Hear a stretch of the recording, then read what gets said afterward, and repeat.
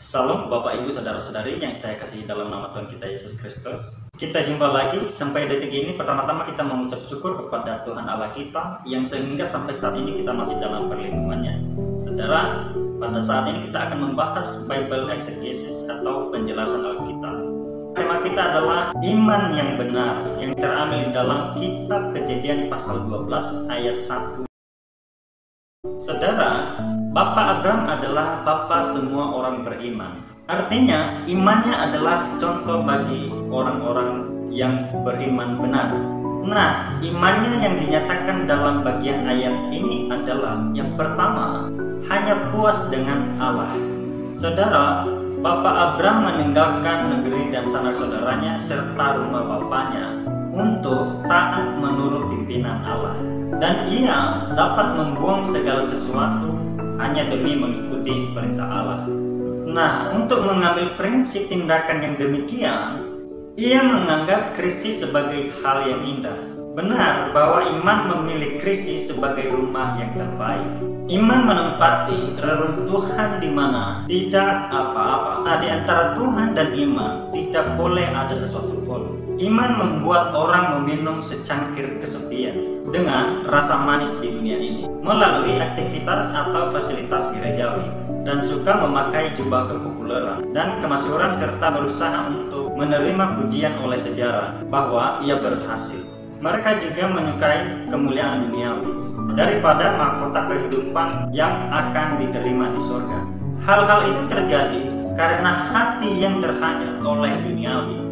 Meskipun kita tidak dapat memakai mahkota duri seperti Tuhan Yesus untuk kebenaran yang lebih besar daripada alam semesta, kita harus bersukacita memakai mahkota duri untuk kebenaran yang kecil sekalipun. Sebab hati yang menyukai mahkota yang dimahkotai oleh dunia membunuh iman.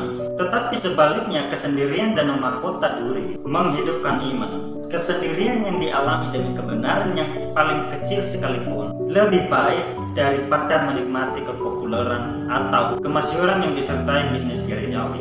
Jubah kepopuleran dan kemasyhuran adalah licik seperti lintah yang menghisap kehidupan iman. Setiap hari kita harus hidup di dalam krisis. Setiap hari kita harus membawa sengsara kematian kemanapun kita pergi. Di dalam 2 Korintus pasal 4 ayat 10 sampai ayat 12, kita juga harus pergi kepadanya di luar perkemahan dan menanggung kehinaannya. Di dalam Ibrani pasal 13 ayat 13, mari janganlah kita duduk di dalam ketenteraman yang palsu, yang mendustai bahwa kita telah cukup sampai di sini. Serta setiap hari dan setiap jam menolak dusta yang mengatakan cukup sampai di sini. Sebaiknya, mari kita bangun kembali kesaran yang baik dalam diri kita. Khususnya jangan tertipu oleh pijakan kita yang kelihatan aman dan materi atau pagar yang kelihatan, yang mudah menjadi berhala. Sebaliknya, kita harus sungguh-sungguh mempunyai hati yang rela membuang semua itu. Kita harus menolak kedudukan yang menyenangkan, namun membawa kita jauh dari firman Allah. Kita harus bersedia selalu hidup dalam krisis dan hidup di tempat yang berbahaya di mana singa mengaum-ngaum. Kehidupan yang demikian adalah kehidupan yang memiliki dan melayani Tuhan. Yang kedua, mengikuti firman Allah. Saudara, iman bukanlah yang berbuah dari mental manusia, tetapi adalah ketaatan kepada firman yang datang dari surga. Karena itu, iman hanya mengontrol tapi tidak mengikuti hati manusia. Kita tidak boleh berbuat dosa dan mengikuti kata hati kita yang melampaui firman Allah. Kita lihat di dalam kitab Yohanes pasal 3 ayat 20 dan pasal 5 ayat 9 bahwa hati kita adalah daging dan divonis berdosa sehingga menjadi gelap. Hal itu dapat kita ketahui dengan melihat hati kita yang diliputi dengan kecemasan. Kecemasan adalah musuh iman yang sangat merugikan kita.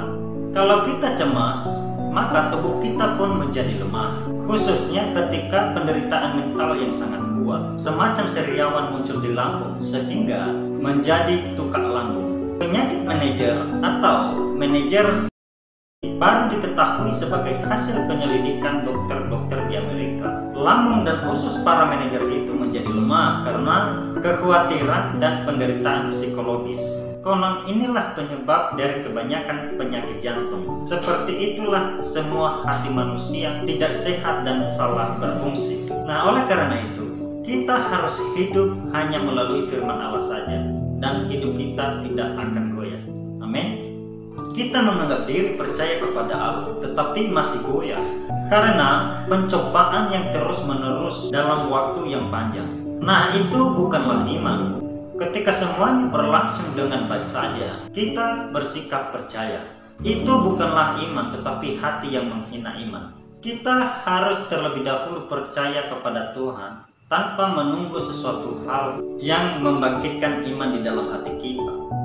Jikalau kita menghendaki fungsi psikologis untuk menolong iman kita, itu berarti bersandar pada psikologis diri sendiri.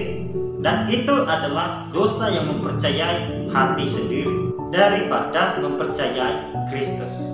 Beberapa orang berpikir begini, jikalau aku lebih merasa sensitif terhadap dosa, mungkin imanku menjadi lebih kuat. Itu salah. Kuat atau lemahnya sensitif kita terhadap dosa, iman kita adalah tetap pemberian Allah yang khusus dalam kita. Tetapi sebagian orang lain berpikir, aku ingin mengerti kebenaran di dalam hatiku sehingga selalu terang. Jikalau demikian imanku menjadi lebih baik. Itu pun salah. Meskipun hati kita gelap, kita hanya tinggal bersandar pada Tuhan saja. Tuhan Yesus memberkati.